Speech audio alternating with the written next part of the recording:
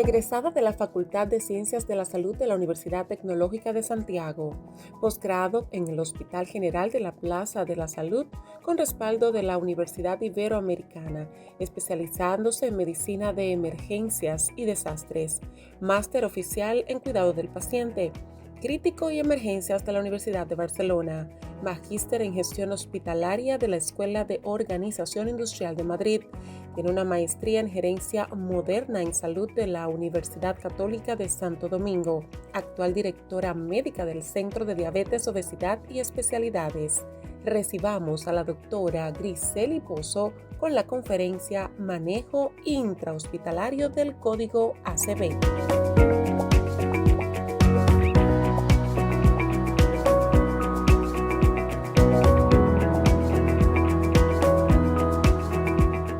Muy buenos días a todos. Gracias al equipo organizador, a la doctora Solano, a la doctora Villar, por permitirme estar nuevamente con ustedes aquí en este escenario, compartiendo información que entiendo que es de bastante valor para nuestra práctica médica.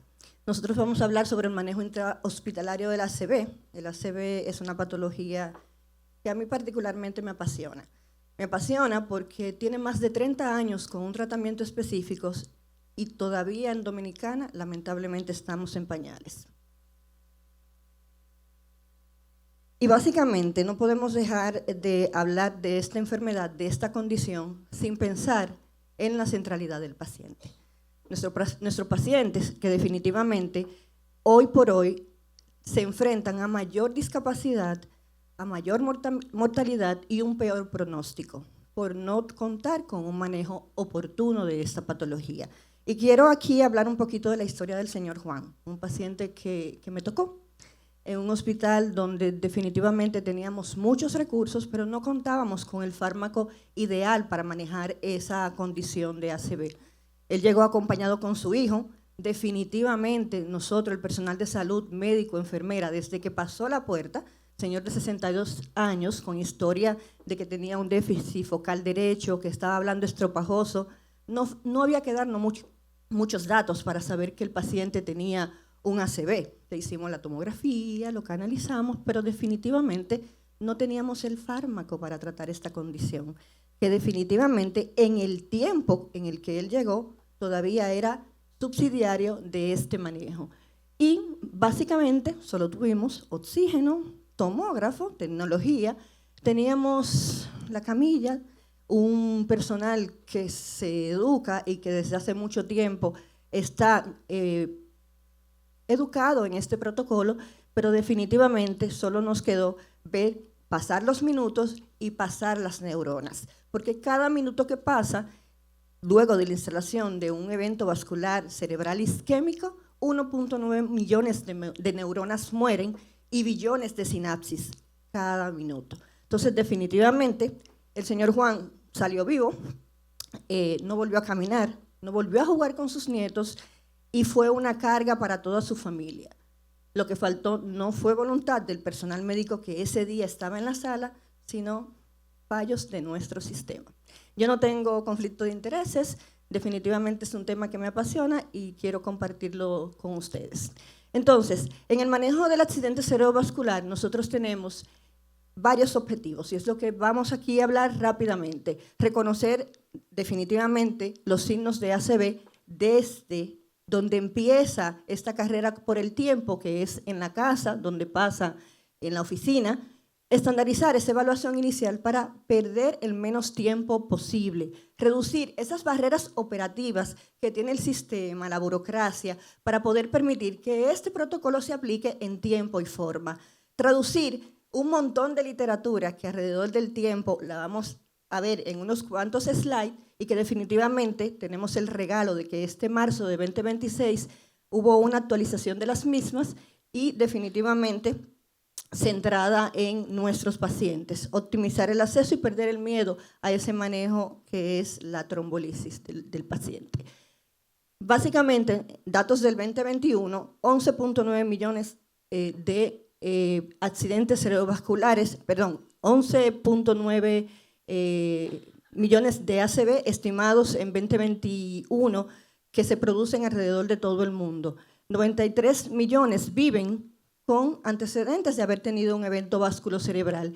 Y en República Dominicana no somos una excepción. Nosotros tenemos datos muy fidedignos de que el ACV es una de las terceras causas de muertes en nuestro país y segunda causa de muerte de discapacidad aquí en el país, más que los eventos de tránsito. Y representa una carga económica súper importante.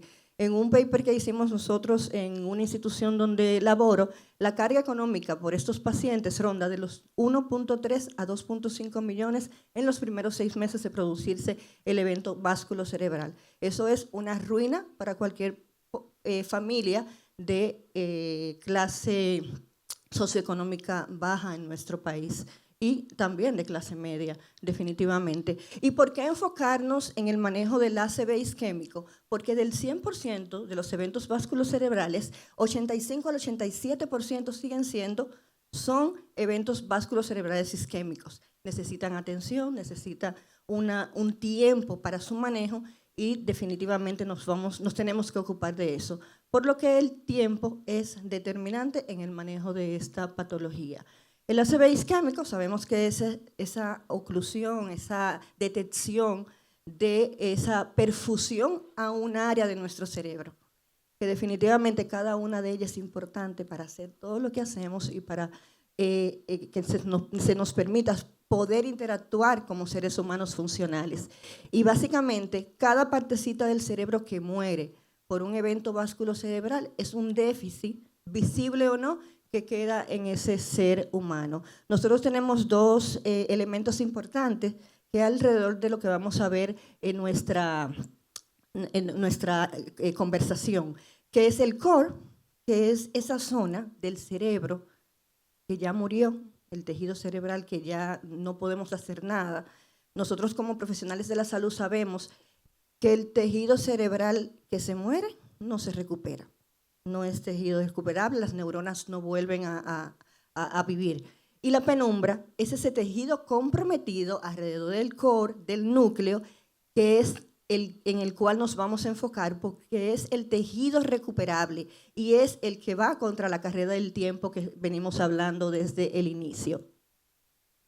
Nosotros tenemos un protocolo de respuesta en el hospital para ganar tiempo y lograr que en las 4.5 horas que tenemos para dar el tratamiento, el manejo clínico a este paciente podamos hacerlo en tiempo y forma.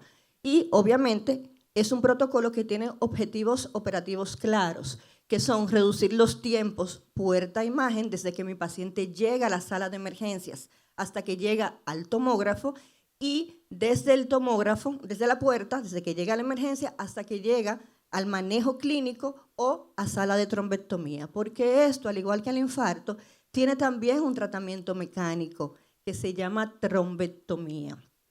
Y básicamente lo que busca este protocolo es estandarizar el manejo para que no haya ruptura en ninguno de los pasos y tratar de que definitivamente podamos llegar a puerto en tiempo y forma para mejorar el pronóstico de nuestros pacientes. Básicamente existen palancas estratégicas importantes para el manejo de esta condición, para el manejo de este sistema, que son protocolos. Los protocolos son extractos de las guías que nosotros adoptamos o adaptamos en nuestras instituciones para poder dar curso a una condición. Entonces, protocolos, indicadores, importantísimo, lo que no se mide no se mejora. Debemos tener, si hablamos de tiempo, tenemos que cuantificar el tiempo. Entrenamiento del personal. Entrenamiento de nuestro personal. Ese entrenamiento de que sepan lo que tienen que hacer, todo lo que le corresponde a cada quien y poder cumplir con el protocolo, con esa cadena de actividades que se tienen que dar para que esto suceda. Y Telestroke, tenemos que hacer uso de esas herramientas tecnológicas que son de suma importancia, sobre todo cuando no tenemos todos los recursos. Hoy en día no tenemos que estar con el radiólogo in situ, porque el radiólogo puede estar en otra localidad, en otra región y poder dar respuesta oportuna en los tiempos requeridos para poder cumplir con el protocolo y no necesariamente tiene que estar dentro de la institución, sobre todo en horarios donde no contamos con todo el personal.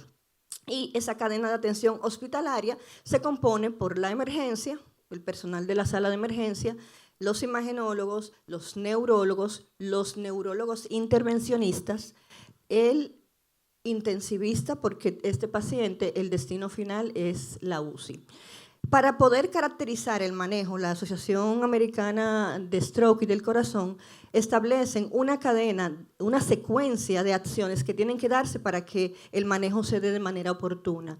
La detección es ese reconocimiento del déficit neurológico. Nosotros tenemos la población bastante educada. Cuando a una persona le duele el pecho, ¿qué hace? ¿Qué hace la gente cuando le duele el pecho? ¿Para qué? Para que le hagan un electro. La gente sabe, la población sabe que si le duele el pecho, tienen que haber un electrocardiograma y van y lo piden. Yo estoy aquí para que tú me hagas un electro porque me duele el pecho. Sin embargo, cuando nosotros amanecemos con calambre en una pierna, bueno, parece que dormí mal. Y ya yo hablé que tenemos 4.5 horas para dar el manejo que me va a recuperar el cerebro que se me está infartando. Entonces, educar a la población sobre estos síntomas neurológicos, la detección de estos síntomas neurológicos para buscar evaluación y ayuda a tiempo es súper fundamental. El despacho, el 911, ya dijimos en lo que hemos conversado que necesitamos algunas herramientas para poder manejar el accidente cerebrovascular, que son protocolos, personal entrenado, un tomógrafo, fundamental, y una sala de intensivo. Entonces es importantísimo que desde la salida del personal prehospitalario puedan llevar al paciente donde genuinamente le puedan dar la atención que necesitan. No me pueden llevar al paciente a un segundo nivel de atención, a un centro de atención primaria, a perder el tiempo que mi paciente no tiene. Entonces, la data prealerta, eso fuera maravilloso, que te pudieran avisar previamente que el paciente va en camino, la puerta, que es documentar cuando llegue el paciente a la puerta, y también establecer entre esa data el tiempo de inicio de los síntomas, que son fundamentales para poder empezar en esa carrera contra esta enfermedad. La decisión, que básicamente es esa imagen que tiene que estar lista en 25 minutos, leída en menos de 45, y para poder tomar la decisión de cuál es el mejor manejo para mi paciente. Entonces, esas son las 8D del ACV y es una cadena, pero como todo en medicina de emergencia, son cosas que se pueden hacer paralelos y no necesariamente secuencial. Entonces, ¿cómo a la población la podemos educar en el reconocimiento precoz de esa sintomatología? Antes hablábamos de FAST, hoy le hemos agregado el BFAST, porque existe sintomatología de fosa posterior que no es tan fácil quizás de reconocer o de asociar con un evento cerebrovascular. Entonces, la B, que habla del equilibrio, básicamente mareos, visión borrosa, que es la segunda, de la de los ojos, la pérdida de la visión en uno de los dos ojos, la F, que era la que veníamos reconociendo, que es la simetría facial, los brazos, que es la pérdida de la fuerza en una de las extremidades, y luego sigue el habla, que sigue ese trastorno, esa habla estropajosa, que es característica de los pacientes que tienen compromiso cerebral. Y básicamente la T, que es el tiempo. Tiempo es cerebro y eso es importante que lo podamos tener pendiente. Básicamente el código ACV empieza con el reconocimiento. Y eso ya yo creo que lo tenemos bastante claro. Entonces, el triaje, importantísimo aquí, la educación del personal de enfermería, que es quien recibe al paciente y es quien va a dar la alerta del código ACV. Es importante que a pesar de que nosotros tenemos varios distractores o varias patologías que pueden ser imitadores del evento cerebrovascular, siempre debemos pensar en eso. Y voy a citar al jefe de la sala de emergencia de mi institución, que dice, lo que más me siento orgulloso es que no importa lo que entre por esa puerta, si tiene déficit neurológico, es un ACV hasta que se demuestre lo contrario, tomando en cuenta como profesionales de la salud que podría ser cualquier condición. Sin embargo, lograr eso ya es un gran logro. Entonces, aquí están los tiempos. Vuelvo y repito, lo que no se mide, no se mejora. Y definitivamente tenemos tiempo que cumplir en este protocolo porque el tiempo es cerebro. Puerta médico, 10 minutos, puerta de la CB, identificación 15, cuando lo llevo a la tomografía 25, y la toma de decisión de si voy a darle manejo médico a ese paciente tiene que ser en menos de 60 minutos. Es importante que estos pacientes, el único examen que yo necesito para aplicar la trombolisis es una glicemia capilar, porque la hipoglicemia, no quiero trombolizar una hipoglicemia. Puedo trombolizar cualquier enfermedad neurovascular que quizás no puedo identificar en el momento, pero una hipoglicemia no deberíamos aplicar trombolítico y es el único examen necesario. En paralelo, definitivamente podemos hacer electrocardiograma que nos ayuda a afiliar la causa de la ACV, podemos tomar electrolitos séricos y solo esperar exámenes de coagulación si el paciente tiene antecedentes fiables de alguna coagulopatía.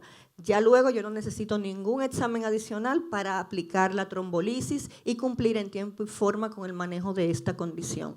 Importante, hora de inicio, antecedentes claves, porque hay toda una hoja de comprobación con unas condiciones que son contraindicaciones relativas que puedo mejorar, puedo considerar, y otras que son definitivamente absolutas, que son importantes para el manejo de la condición.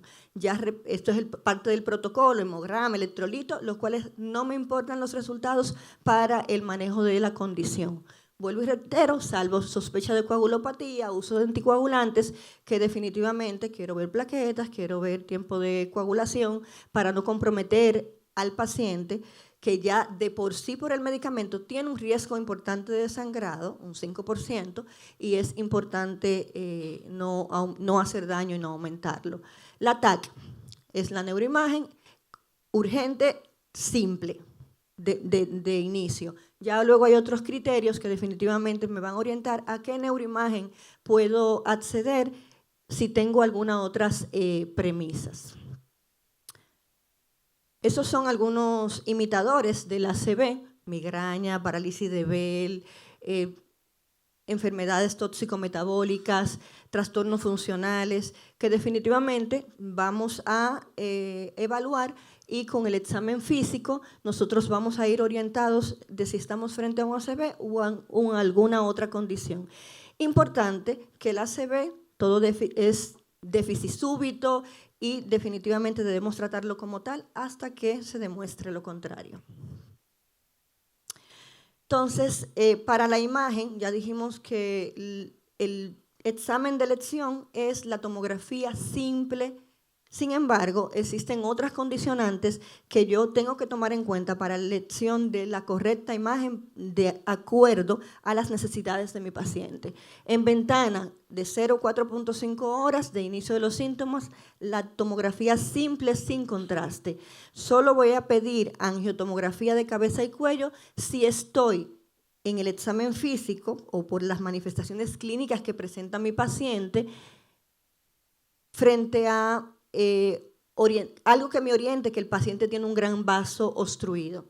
Y yo inmediatamente, para no dilatar el manejo que sigue de ese paciente luego de la trombolisis, definitivamente voy a pedir esta angiotomografía. La ventana extendida, definitivamente, esto es lo que me va a ayudar a elegir la neuroimagen pensando en ese tejido viable que yo puedo tener. Si tiempo es cerebro, imagen hoy en día también es cerebro, porque antes estos pacientes, después de las 4.5 horas, yo me quedaba definitivamente muy rezagada. Sin embargo, tenemos tiempo. Si podemos con una imagen, una tomografía con perfusión, donde yo puedo ubicar el núcleo y el tejido y la zona de penumbra, que es la diferencia en el tiempo y en el cual yo puedo tratar de salvar ese tejido que es todavía recuperable.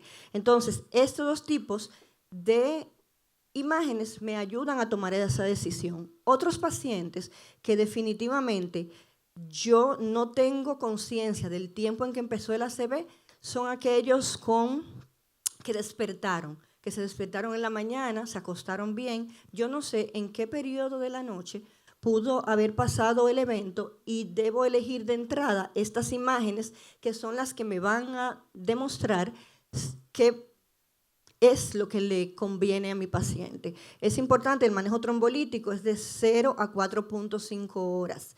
Sí hay uno de los medicamentos que utilizamos para este tipo de manejo,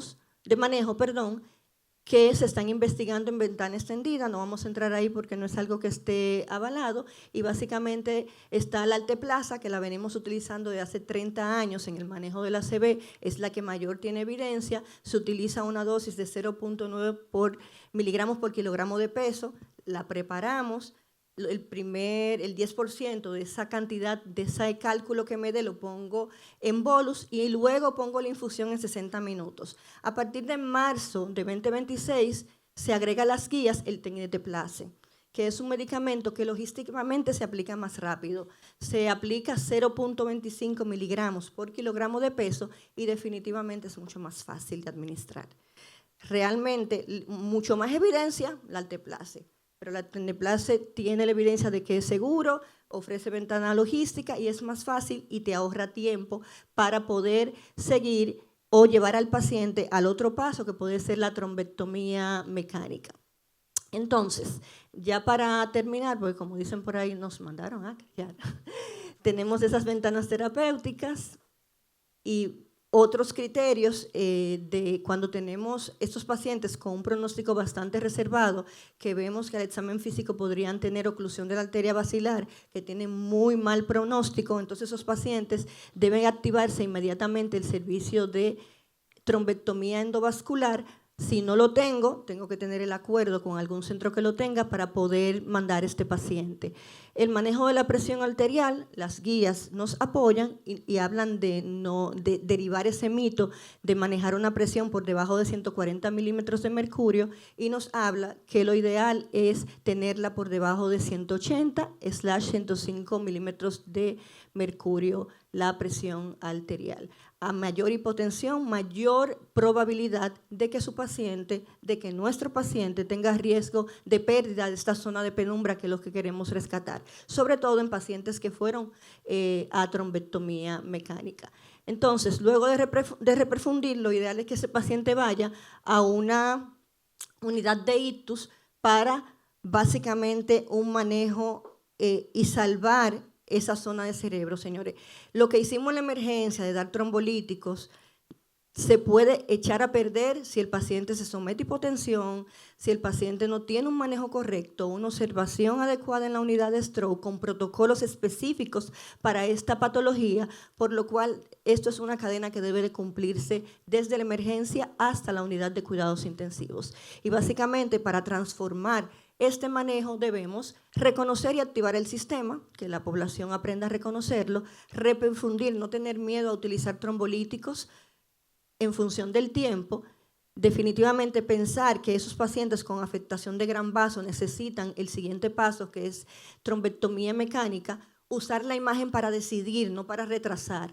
Tratar déficits que son discapacitantes, aunque el NIS, que es una escala que utilizamos en inicio, no sea alto y que nos ayuda quizás a tomar ciertas decisiones, y asegurar que este paciente vaya a una unidad donde tengan un protocolo organizado. Definitivamente el cambio no lo hace tener la medicina disponible, tener un tomógrafo, sino contar con este engranaje correcto y adecuado para que nuestros pacientes puedan definitivamente poder volver a estar con su familia como entes productivos y como los seres humanos que queremos que retornen a casa llenos de salud. Muchísimas gracias.